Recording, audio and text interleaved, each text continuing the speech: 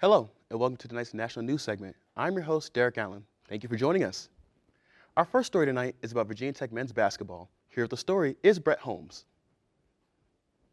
While most Hokies are in the final stages of their fall semester, the year is just getting started for Virginia Tech men's basketball. This past Monday tipped off with a variety of debuts of faces both old and new. And after an emphatic victory against Charleston Southern, the potential is steadily rising for this year's batch of hardwood Hokies.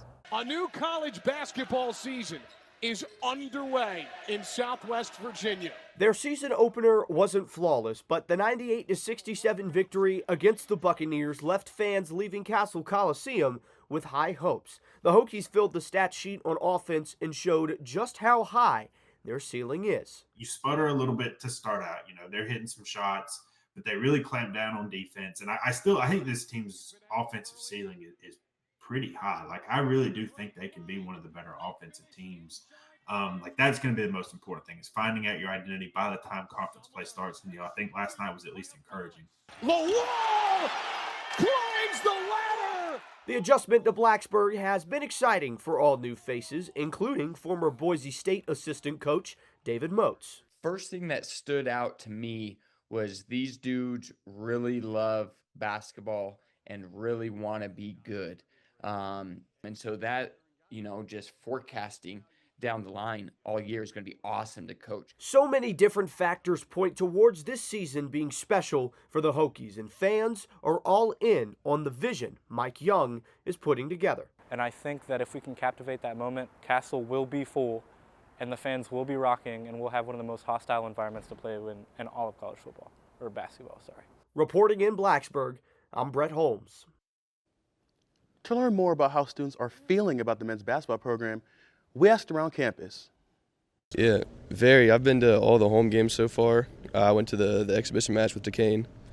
It's pretty fun. I'm very, very excited for our team this year. I think once we get into ACC play, we're going to surprise a lot of people, make a nice, deep March Madness run. I would say I'm pretty excited. My time here at Tech, never really seen a successful basketball team. The year before I came, we made the tournament through the ACC tournament, but we've had no success. But like you said, he is balling out. And it's nice to see. I think the team's 7-2 right now, so it's going pretty well. Abdalis is our savior, so I'm thinking we're gonna be a high seed this year, man. Hopefully. Give me a number, man. Give me a number. I gotta hear it. 4. 4. 4 seed. Very high. I'm confident. I think we're kind of going to stay a little underground this year and then make a deep run. I could see us being around a 9 or 10 seed and then winning a couple games, making it maybe Sweet 16. Yeah, I would hope this is the year to do it. The team looks good. I say if we make the tournament, it would probably be a 7 or 8 seed.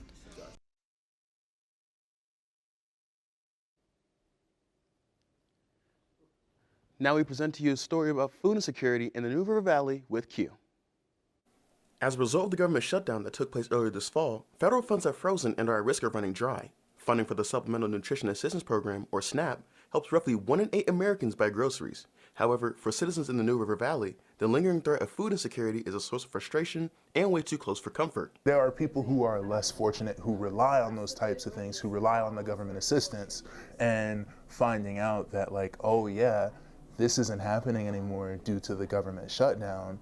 It's really dispiriting that people up in the government can't figure out a way forward. Not only is the threat of food insecurity on the rise, but citizens can't even turn to certain grocery stores, making this government shutdown even more unbearable. Grocery prices are still really, really high.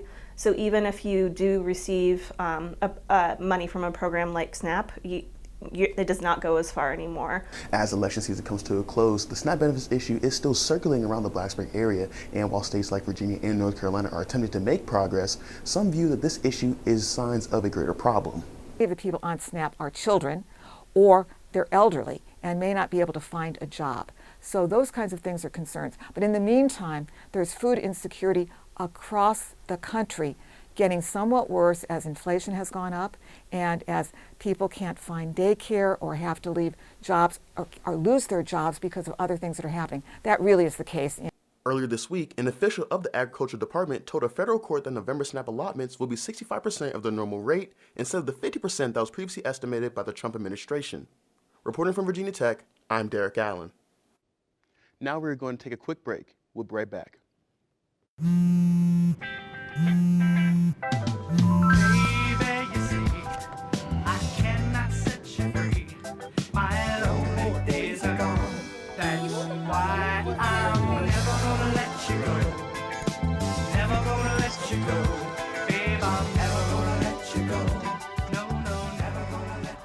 Here you go. Thank you. Thank you.